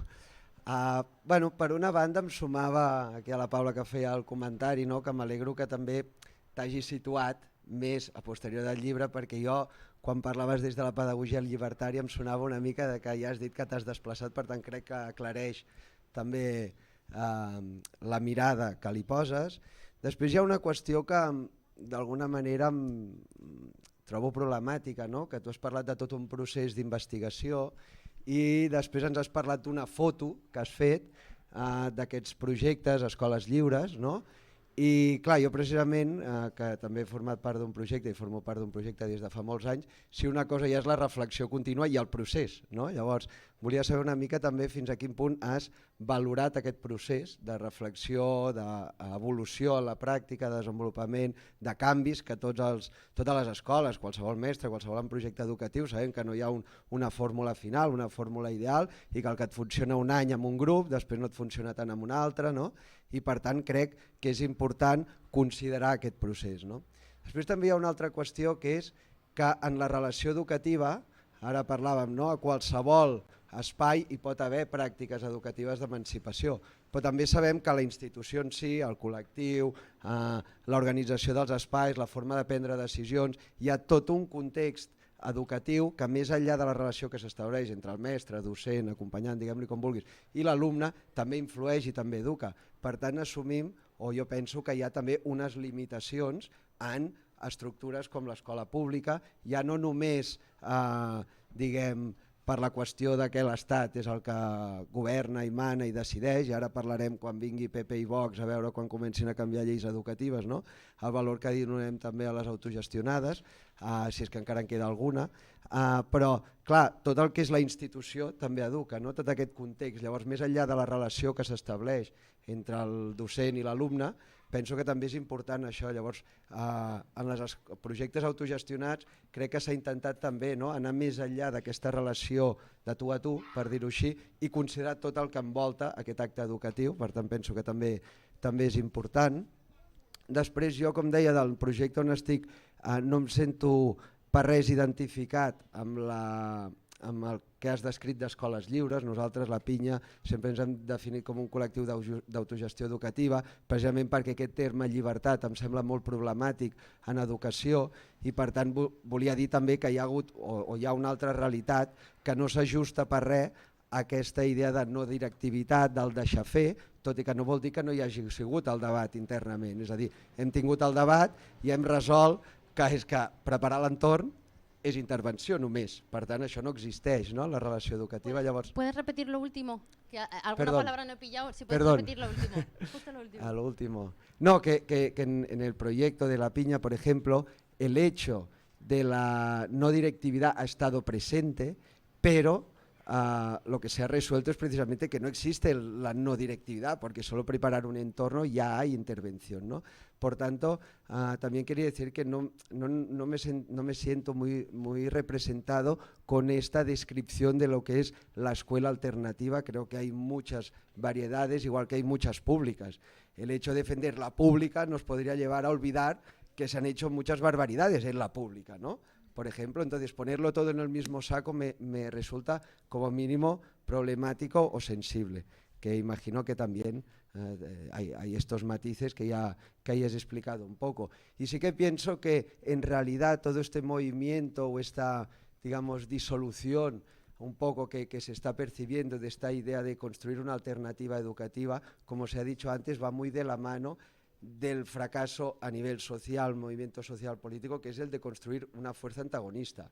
estamos completamente integrados, no sabemos cómo construir más allá del Estado, más allá de las instituciones, y esto está repercutiendo en la escuela, y como sabemos la educación hay un movimiento pendular, y hay que contextualizar también las críticas que se han hecho en los 70, en la situación de los 70, y las críticas que se hacen ahora, y las propuestas que se hacen ahora, contextualizarlas en el momento actual, ¿no? Entonces me parece muy acertada la alerta o la crítica a una idea muy individualista de la educación, pero sí que quería un poco reivindicar otros proyectos que hemos puesto, la colectividad, la comunidad, la idea de una libertad en el marco de esta colectividad responsable, etcétera, etcétera, ¿no? Y como un colectivo que reflexiona sobre el hecho educativo y que no lo delega. Creo que esto es un hecho importante y que pienso que habrá otras como La Piña que lo han hecho y que no todas están en ese mismo saco del dejar hacer, que es reproducir, y en esto estoy de acuerdo. De todas maneras, la crítica que hace Lerena... Perdoneu. No, y la crítica que fa Lerena, de acuerdo, las dos caras, pero a ver, en una escuela donde saben tu nombre, en una escuela donde puedes decir alguna cosa, tomar decisiones, me parece que es mejor que en una escuela donde a callar, a chantar, y el que vale, vale, y el que no se va fuera. Que tampoco es la idea de la escuela tradicional solo, sino que hay matices, pero creo que es importante introducirlos. Y gracias por todo. Gracias. Bueno, como ya hemos hablado otras veces y ya nos conocemos, pues tampoco me voy a extender porque creo que había algún turno más, pero sí que creo que hay escuelas que a lo mejor no se ven tan claramente reconocidas en muchas cosas, pero en lo que yo me he encontrado en escuelas, ya sabéis que a vosotras nos llegué a entrevistar, nos vimos, pero entrevisté a otras que están un poco en la misma línea, en la misma línea de la parte vinculadas al movimiento libertario y demás. Sí que había una mezcla, ¿no? De hecho, creo, corrígeme si me equivoco, pero creo que fuiste tú el que me preguntaste en la de Ferrer y Guardia si no era posible defender al mismo tiempo no directividad y algo de intervención. No sé si me... ¿No fuiste tú? Bueno, no sé. En fin. O sea, yo por supuesto que creo que es mejor una escuela en la que el profesorado sabe tu nombre. Lo que pasa es que creo que la disyuntiva, o sea, que lo que se nos presenta hoy como las únicas posibilidades no son las únicas posibilidades. Entonces, claro, la crítica que planteo en el libro no es una defensa de la escuela del callar y del que no saben tu nombre, ¿no? Y algo que sí que, o sea, voy a decir una sola cosa, y es que, bueno, dos.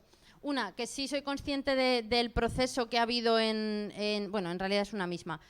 Muchas escuelas sí que ha habido un proceso de reflexión, o sea, hay muchas escuelas que empiezan como defendiendo más claramente la no directividad y en un momento dado empiezan como a incorporar cada vez más intervención, ¿no? O sea, hay escuelas libres que empiezan en un punto y en el proceso van cambiando cosas. O sea, que ese proceso creo que sí que lo hay, pero claro, la intención del libro no ha sido como una evaluación de escuelas, ¿no? Y de decir, tú cumples o tú no cumples, sino criticar las ideas, primero, ideas que pueden estar en todas partes, pero que creo que sí que hay que reconocer que representan a buena parte o la mayoría de las escuelas libres. Entonces, igual que podemos hacer críticas generales a la escuela pública y entender que hay cosas que son bastante generales y que haya maestras que digan, pues yo a esto le doy muchas vueltas, yo trato de plantearlo de otra manera, ¿no? Creo que es posible que haya acompañantes que digan, y me han escrito acompañantes después del libro, esto me lo piden las familias, pero yo me niego, esto empezamos muy así y esto lo hemos cambiado, ¿no? Otra cosa ya en la que a lo mejor sería más difícil ponernos de acuerdo es en cuántas posibilidades ves o cuántas posibilidades veo yo en esos proyectos, ¿no? Pues por ejemplo por el tamaño que tienen, quizá por otras cuestiones también. Pero bueno, con esto lo dejo porque además como tienes mi email, si quieres que hablemos en otro momento hay más vías y creo que había algún turno más. Vale, hay 3 palabras, luego Marta quería decir algo, si os parece bien, que las 3 intervenciones se hagan así consecutivamente y luego las respondes. Yo quiero plantear una cosa por alusiones también, o sea, me puedo sumar a los 3 turnos que hablan ahora. Vale, pues hacemos, digamos, estas 4 intervenciones y responde a todo de golpe. Y si vemos que queda algún ratito más, lo hacemos, pero me parece a mí que no.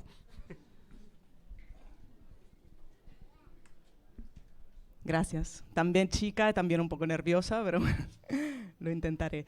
A ver, yo no me he acabado tu libro porque soy madre de una niña de 3 años y medio y como puedes imaginar es un poco difícil. Pero lo que he leído me ha llevado a 2 cosas que te quería compartir, que son 2 cosas que me han pasado ahora que empieza su etapa de escolarización. Bueno, ha hecho la bresola, ¿cómo se dice? La guardería.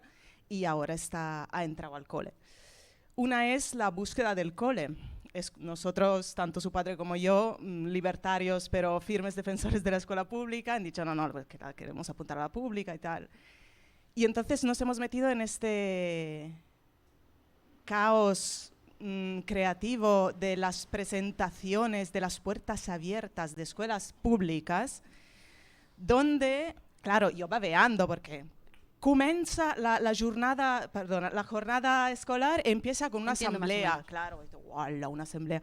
Y luego pues tienen los rincones para jugar y entonces esto es totalmente libre, tal. Bueno, como mogollón de planteamientos, lo que tú dices, ¿no? Como palabras súper sugerentes y a personas que tenemos igual pues cierta sensibilidad política y tal, oír esto en la escuela pública, wow, qué guay, ¿no? Es como nos ha dejado. Y luego leía tu libro y decía, ay, qué ingenuo he sido, porque no es verdad, es la nueva trampa del capitalismo, mierda, ¿no? Es como, wow.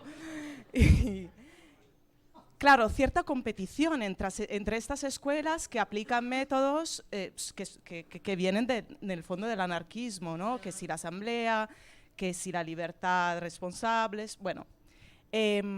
¿Qué pasa? En el barrio donde yo estoy, todas estas escuelas que aplican estos métodos, claro, primero, todas las personas que están en estas visitas somos todas blancas, tenemos todas ciertos estudios, entiendo que somos más o menos todas de cierta clase, ¿no? Entonces, un barrio con unos niveles de población migrante muy altas, es como, ¿dónde está esta gente?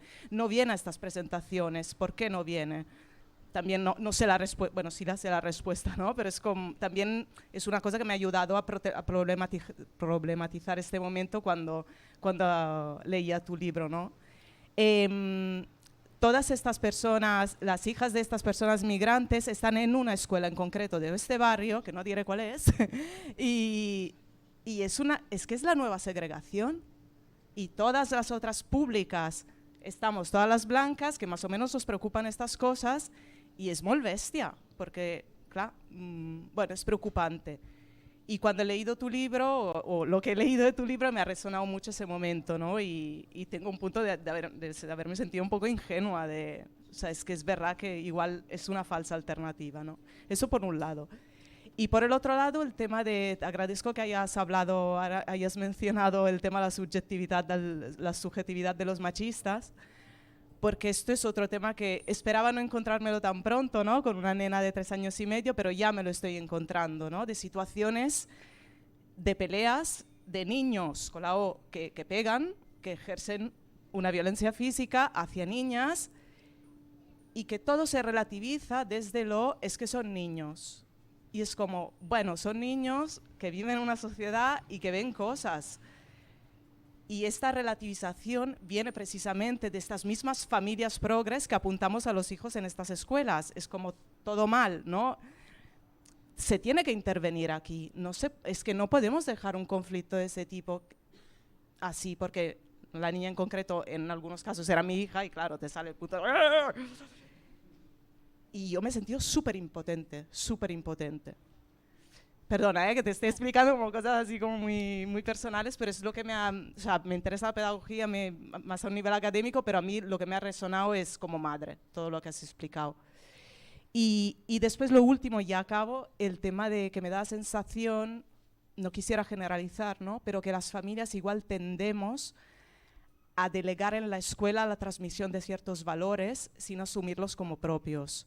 Qué guay que hagan la asamblea en la escuela, pero luego como familias no somos capaces de organizarnos para montar las mesas para la fiesta de fin de curso, ¿no? Bueno, no sé, te he lanzado así, vomitado cosas, pero quería como compartirlas y te agradezco mucho el trabajo que me parece brutal y sobre todo me parece muy necesario. Ya está. Gracias.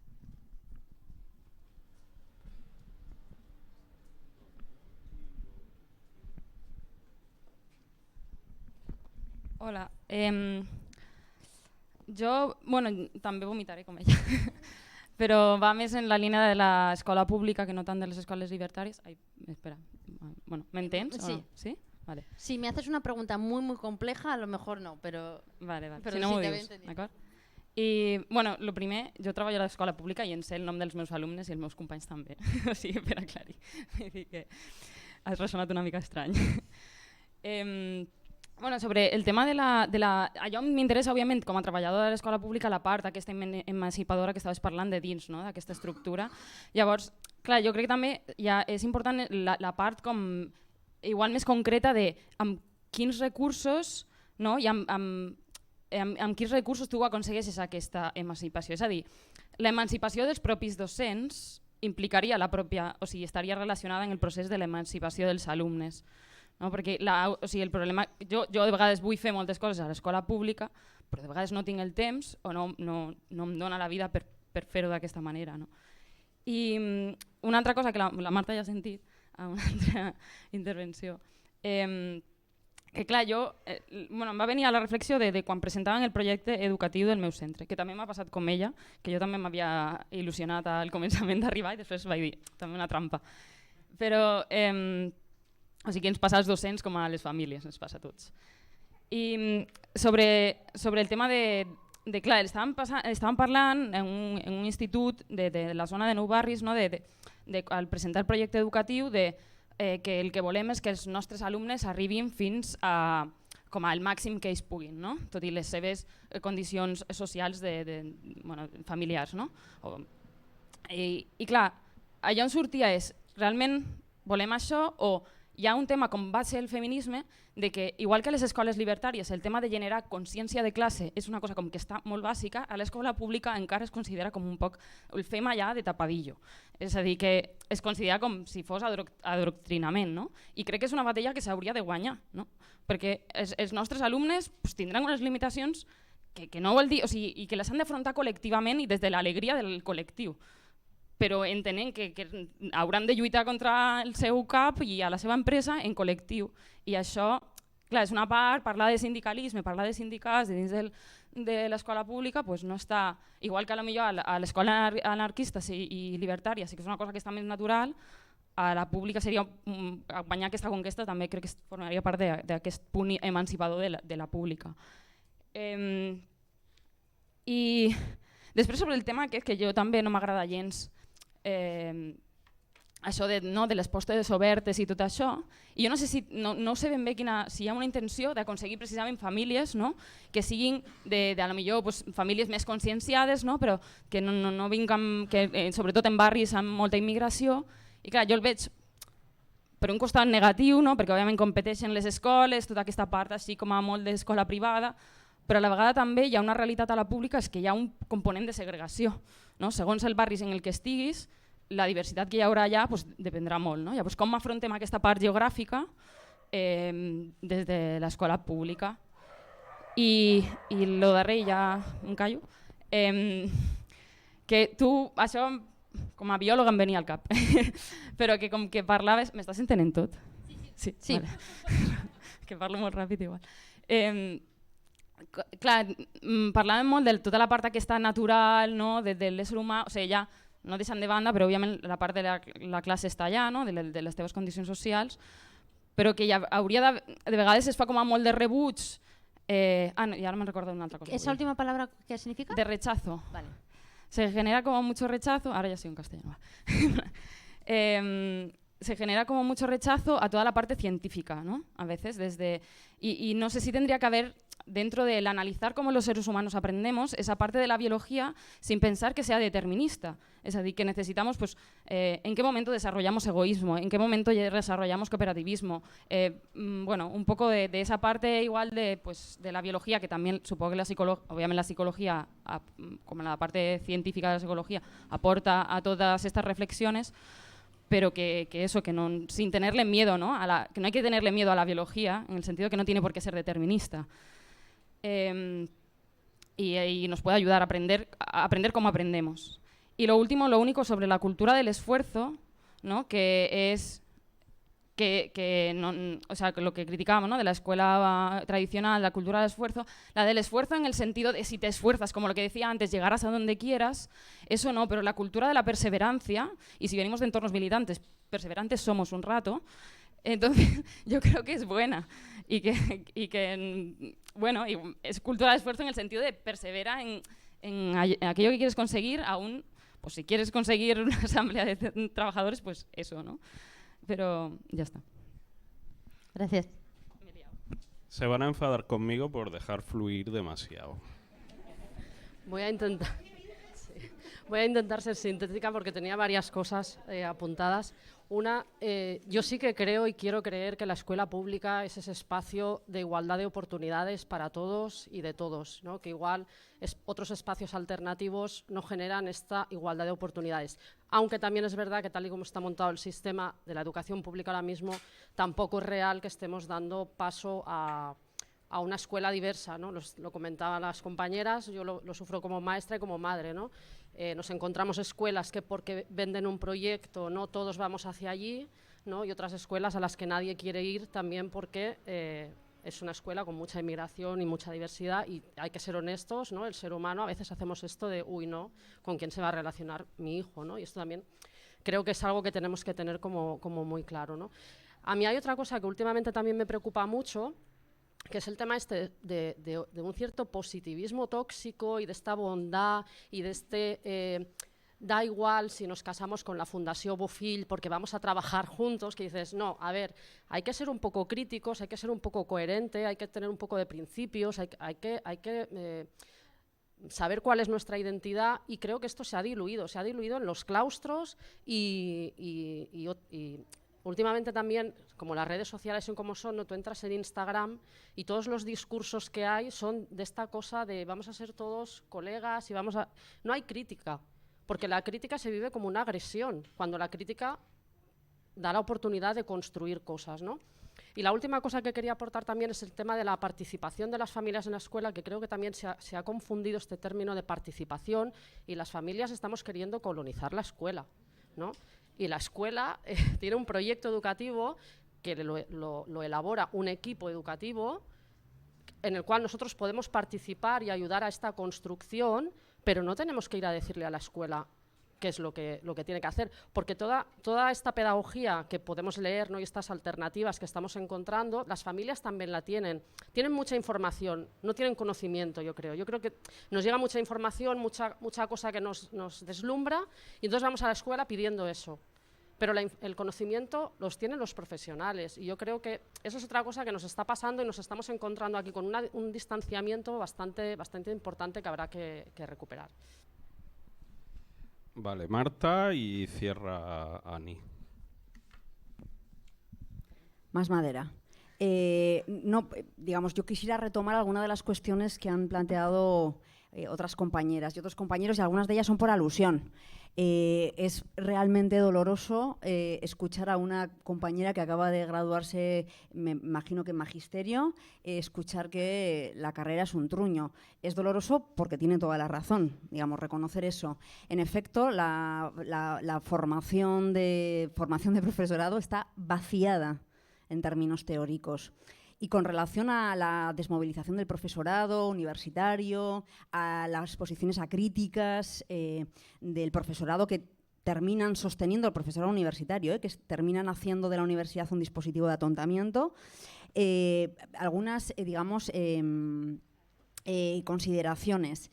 De la misma manera que el patriarcado no lo ha ocupado todo, el pensamiento único tampoco lo ha ocupado todo, y sigue habiendo siempre, lo hay y lo habrá, espacios de resistencia, de intersticio, para seguir habitando los espacios donde trabajamos, militamos y donde vivimos. Hay al fondo, a la izquierda, siempre a la izquierda, hay una...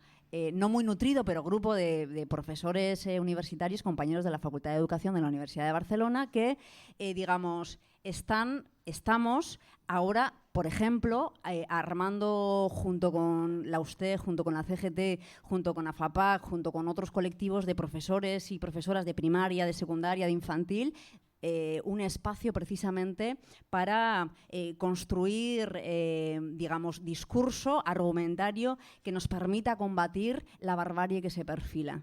Y aquí quisiera señalar muy especialmente, lo he hecho en la introducción del libro, pero lo han tomado también algunos de las personas que me han precedido en la palabra, el papel de la izquierda. El papel de las izquierdas. Me parece que es fundamental señalar de qué manera el neoliberalismo ha tenido la habilidad y la astucia suficiente para apropiarse de la crítica que durante los 60 y los 70 la izquierda hizo de una escuela jerárquica, vertical, autoritaria, para hoy colárnosla con queso. La papilla, de nuevo, la papilla pedagógica. Es profundamente doloroso en espacios de militancia política o con colegas, tus colegas de la CUP, de los comunes, de izquierda anticapitalista o libertarios, eligiendo este tipo de escuelas públicas para sus criaturas. Y cuando, digamos, tratas de confrontar eso, ¡ey, peña, al loro, que esto viene directamente de la OMC! O sea, que esto es una trampa, que eso de la no directividad es una renuncia a educar, que se están petando las líneas de flotación básica de la pedagogía en el sentido emancipatorio, ¿no? Invitar hacerse interesar a las criaturas por el mundo, un mundo que siempre común. Y entonces, digamos, todo este desgarro, que yo creo que en otros términos Ani lo plantea también muy bien, en donde te tachan o nos tachan de refractarias, reaccionarias. No, tú lo que haces es defender la escuela tradicional, como si lo tradicional estuviera completamente denostado.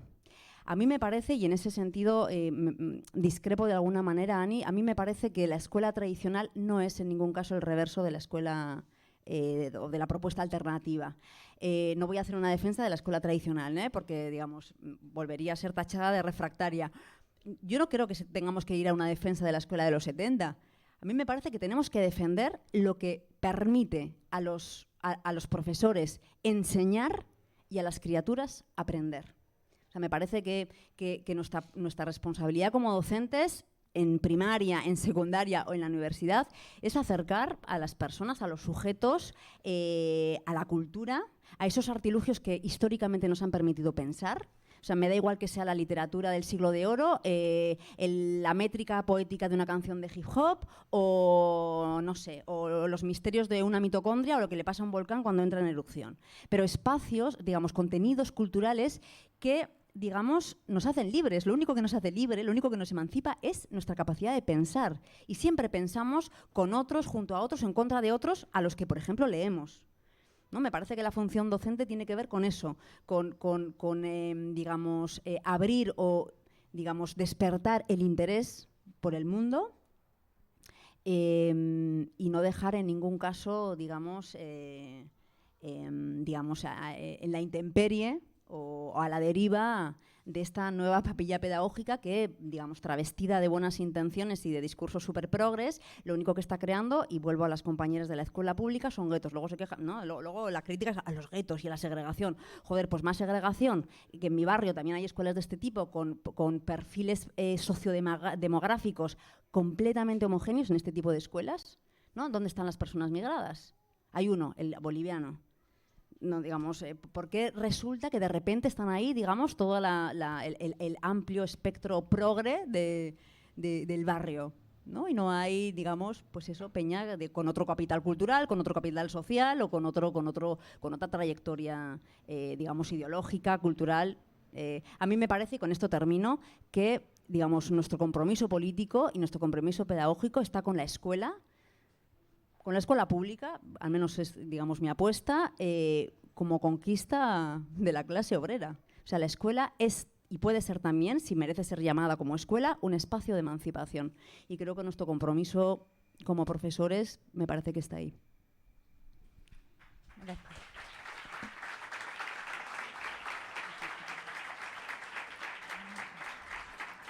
Pues como es imposible contestar todo y todo da para mucho y es prioritario que la gente se pueda ir a su casa, voy a decir solo como alguna cosilla muy suelta de lo que me parece importante destacar y así no repito cosas que ya habéis dicho vosotras bien. Alguien preguntaba por el tema de los recursos, ¿no? ¿Y qué recursos tenemos?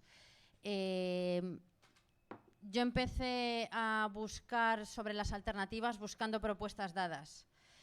Y lo que me he encontrado, lejos de una sensación de desesperanza, porque lo que pensaba que era emancipador no lo era de esa manera, lo que me he encontrado es que ahora creo que tomo mejores decisiones, que puedo pensar mejor sobre educación y que eso me da una cierta sensación de que no necesito recursos ya dados, sino que puedo pensar en cada contexto las posibilidades que se abren ante mí, puedo pensarlas mejor y espero que más adelante las pueda pensar aún mejor, ¿no? Como el qué recursos, el pensar, ¿no? La crítica como recurso, ¿no? Como recurso que vale siempre. Luego también el cómo resolver la segregación, ¿no? Que la innovación está siendo una vía de segregación añadida al tema. Antes estaba como muy claro, pública-privada, luego entra la concertada en juego, tal, pero ahora ya con el tema de la innovación te puedes encontrar escuelas públicas innovadoras que segregan más que otras escuelas, por ejemplo, concertadas. Esto en Madrid pasa, por ejemplo, con el proyecto bilingüe. Hay concertadas con más migración que la bilingüe del barrio, ¿no? O sea, esto ha venido a complejizar el tema de cómo se segrega en la escuela pública. El tema del adoctrinamiento es un tema importante y es otro de los que con una organización más fuerte del profesorado hay mejores formas de resistirlo, ¿no? Porque una sola en clase con el miedo a que venga la familia a protestar, ¿no? Y muchas veces un miedo también acrecentado por lo que cuentan los medios de comunicación o por ciertas experiencias a las que se les da mucha publicidad, pues esto genera mucho miedo, ¿no? Pero aquí algo importante y es cuidado con o sea, hay organizaciones tanto de trabajadoras como de familias que, por ejemplo, son interclasistas. Esto implica ciertas cosas, o sea, porque muchas veces entendemos que las organizaciones, que las asociaciones de familias son progresistas, porque son familias, ¿no? Las familias en la escuela están en los márgenes y tienes a familias que pueden estar peleando por la precarización de las condiciones de trabajo de las maestras, ¿no? Entonces, incluso podemos pensar organizaciones que no tengan que ver con la defensa de tu puesto de trabajo, de tu condición de familia.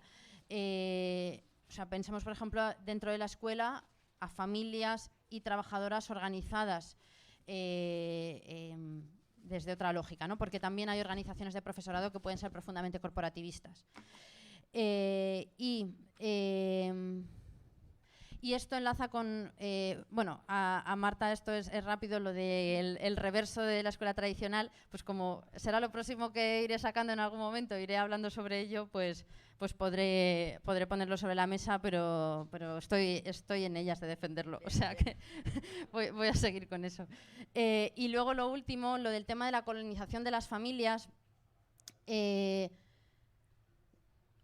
O sea, por un lado, creo que es importante que las trabajadoras tengan condiciones, pues por ejemplo, que no vivan con el miedo a que una familia va a protestar y van a perder el puesto de trabajo, ¿no? O que se les va a hacer chantaje emocional con que si no te sumas a este proyecto tan respetuoso, si no contestas los WhatsApps el fin de semana para organizar el proyecto este, es que no estás sumando, ¿no? No eres buena persona, porque ya el no ser buena maestra es no ser buena persona.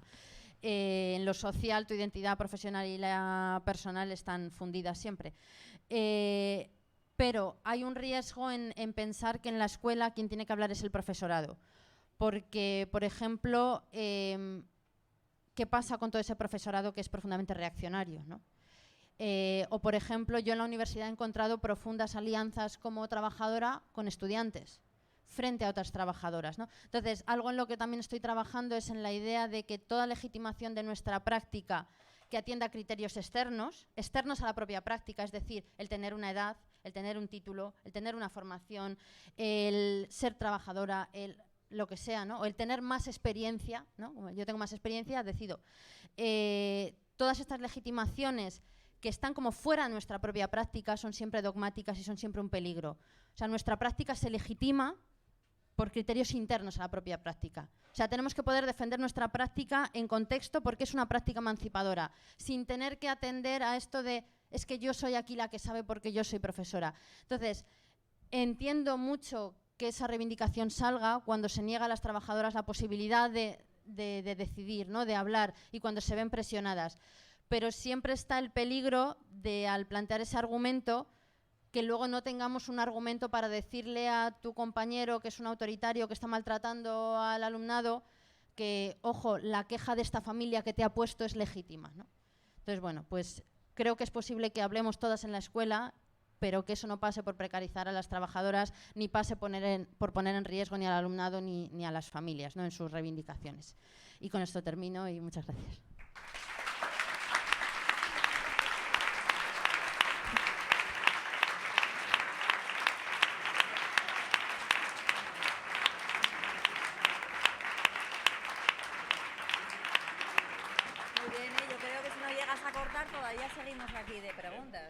Bueno, gracias a las dos, gracias a todas, gracias a la gente de la ciudad. Si no tenéis el libro todavía, lo podéis comprar aquí.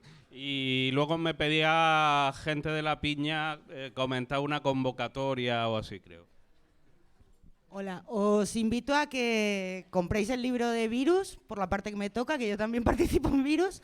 Y por otro lado, si queréis venir y seguir la discusión, el 15 de junio, el miércoles que viene, a las 8 de la tarde, en el Ateneu La Sitzània del Clot, en el Carrer Muntanya 96, hacemos una presentación de un libro de La Piña, que es un colectivo de autogestión educativa que ha cumplido, promocionado por familias, y que ha cumplido 18 años este año. Y que la primera promoción hay gente estudiando en la Facultad de Educación Social de la Autónoma.